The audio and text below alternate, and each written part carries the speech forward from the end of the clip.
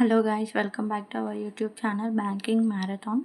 ఈరోజు వీడియో వచ్చేసి నేను ఆర్ఆర్బీ పీ1 క్లర్క్ నోటిఫికేషన్ జూన్ ఫస్ట్ వీక్లో వస్తుంది కదా.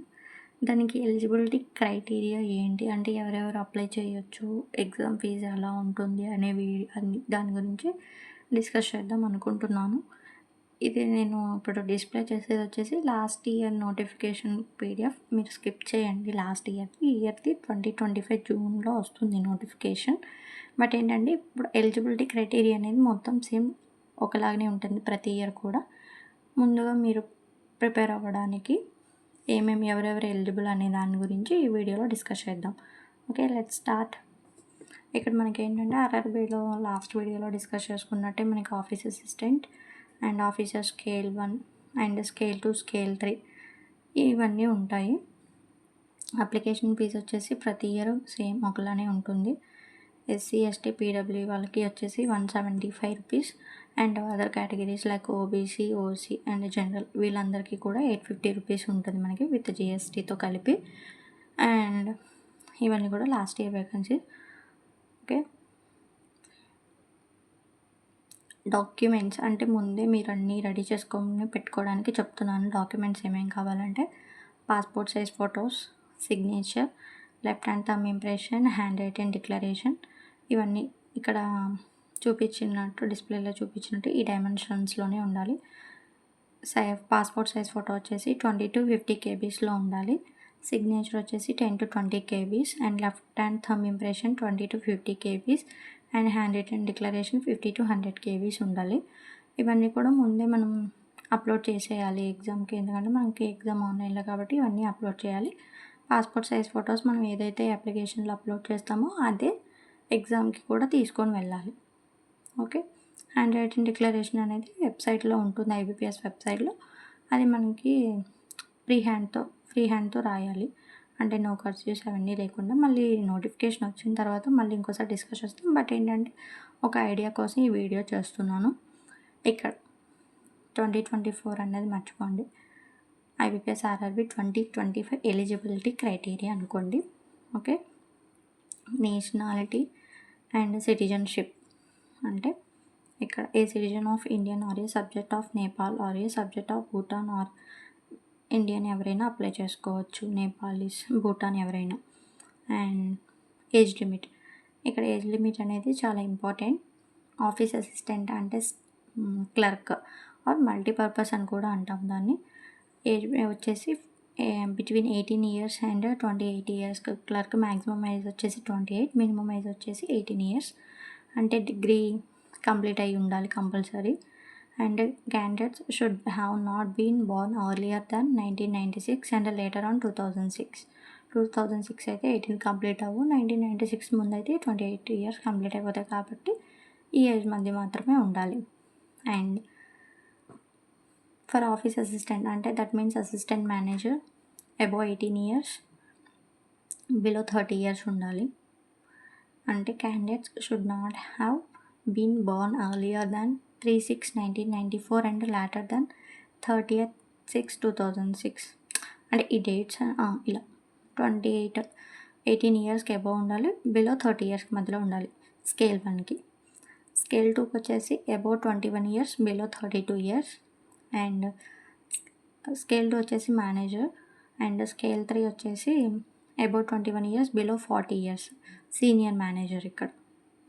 ఓకే, లాంగ్వేజ్ ప్రొఫిషియన్సీ ఆర్ఆర్బీస్లో ఏంటంటే మనకి లాంగ్వేజ్ ప్రొఫిషియన్సీ అనేది పర్టికులర్ చేశారు. ఇప్పుడు candidates applying for the post of office assistant in any particular RRBs are required to possess proficiency in the local language of the state or union territory in which the RRB is situated to be eligible for interview. మనకి scale 1, scale 2, scale 3కి interview ఉంటుంది, office అసిస్టెంట్కి interview ఉండదు. But ఏంటంటే మనం ఇప్పుడు ఒకవేళ AP are Telangana అయితే మనం అదర్ స్టేట్స్ యూపీ, కర్ణాటక పెట్టుకుంటే ఆ స్టేట్స్కి మనకి లోకల్ లాంగ్వేజ్ అనేది వచ్చి ఉండాలి. అక్కడ ఎల్పిటి కండక్ట్ చేస్తారు. అంటే క్లర్క్ అయినా పీఓకైనా ఎవరికైనా కూడా ఎల్పిటి, వేరే స్టేట్కి పెట్టుకుంటే మనకి ఎల్పిటి అనేది ఖచ్చితంగా కండక్ట్ చేస్తారు. సో మనకి అది ఆ లాంగ్వేజ్ అనేది రాయటం, చదవటం, మాట్లాడడం వచ్చి ఉండాలి. అది language proficiency. And educational qualifications office assistants means clerk or మల్టీపర్పస్కి వచ్చేసి ఎడ్యుకేషనల్ క్వాలిఫికేషన్ ఏంటంటే bachelor degree in any discipline from a recognised university or its equal and proficiency in the local language. ఇక్కడ ఏంటంటే డిగ్రీ బీఎస్సీ, డిగ్రీలో BSc, BCom ఎవరైనా, అలాగే BTech ఎవరైనా కూడా గ్రాడ్యుయేషన్ కంప్లీట్ అయిన వాళ్ళు ఆఫీస్ అసిస్టెంట్కి మల్టీపర్పస్కి అప్లై చేసుకోవచ్చు. స్కేల్ 1 స్కేల్ 1 కూడా అంతే. Bachelor degree in any discipline from the recognised university or its equal and preference will be given to the candidates having a degree in agriculture, horticulture, forestry, animal husbandry, veterinary science, agriculture engineering అందరూ apply చేసుకోవచ్చు. Desirable ఏంటంటే ఇక్కడ working knowledge of computer, minimum basic knowledge అనేది మనకి computer గురించి తెలిసి ఉండాలి. And scale 2 వచ్చేసి general banking officer or manager, bachelor డిగ్రీని any discipline from the recognised university. ఇక్కడ ఏంటంటే మనకి పర్సంటేజెస్ మెన్షన్ చేయలేదు గ్రాడ్యుయేషన్లో ఆర్ డిగ్రీలో, మల్టీపర్పస్కి కానీ స్కేల్ 1కి కానీ. బట్ స్కేల్ 2కి మాత్రం మినిమం 50% మార్క్స్ ఇన్ ఇంటిగ్రేట్ ఉండాలి. Preference will be given to the candidates having degree in banking కానీ, finance, marketing, agriculture, horticulture, forestry ఇలా ఎవరైనా రాయొచ్చు. బట్ 50% మార్క్స్ అనేవి గెయిన్ చేసి ఉండాలి మనం. స్కేల్ 2 వచ్చేసి ఐటీ ఇన్ఫర్మేషన్ టెక్నాలజీ, వీళ్ళు వచ్చేసి officer bachelor degree from the recognised university in electronics కానీ, communications, computer science, information technology or its equivalent with ఈ ఫీల్డ్ ఐటీ ఫీల్డ్లో ఉన్న వాళ్ళు 50% మార్క్స్ ఇన్ అగ్రిగేట్ ఉండాలి. అలాగే సర్టిఫికేట్స్ అనేవి ఇంపార్టెంట్ ఇక్కడ. ఏంటంటే ASP, PHP, C++, Java, VBVC, OCP ఇవన్నీ 1 year ఎక్స్పీరియన్స్ అనేది రెలవెంట్ ఫీల్డ్లో, వీటికి సంబంధించిన రెలవెంట్ ఫీల్డ్లో 1 year ఎక్స్పీరియన్స్ అంటే 1 year వర్క్ చేసి ఉండాలి మనం. స్కేల్ 2 ఇన్ఫర్మేషన్ టెక్నాలజీ ఐటీ ఆఫీసర్కి.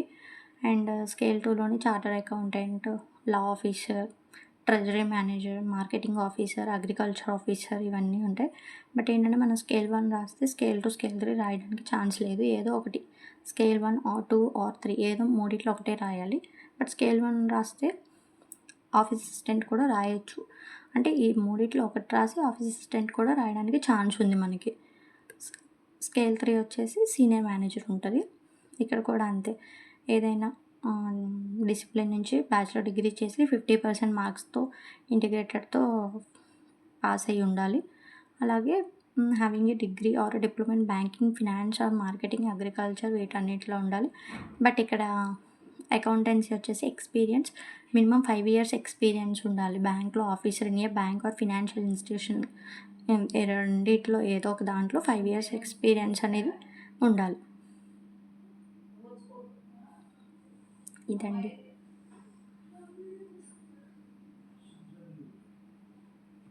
మనకి ఇక్కడ ఇంకొకటి పార్టిసిపేటింగ్ బ్యాంక్స్ అంటే ఏపీలో ఉన్న బ్యాంక్స్ ఇవన్నీ స్టేట్. మనకి నోటిఫికేషన్ వచ్చిన తర్వాత ఇంకొకసారి నోటిఫికేషన్ అంతా డీటెయిల్గా ఎక్స్ప్లెయిన్ చేస్తాను. ఓకే, ఏమైనా డౌట్స్ ఉంటే కామెంట్ చేయండి. నెక్స్ట్ వీడియోలో వేరే టాపిక్ గురించి డిస్కస్ చేసుకుందాం. Please subscribe my channel banking marathon.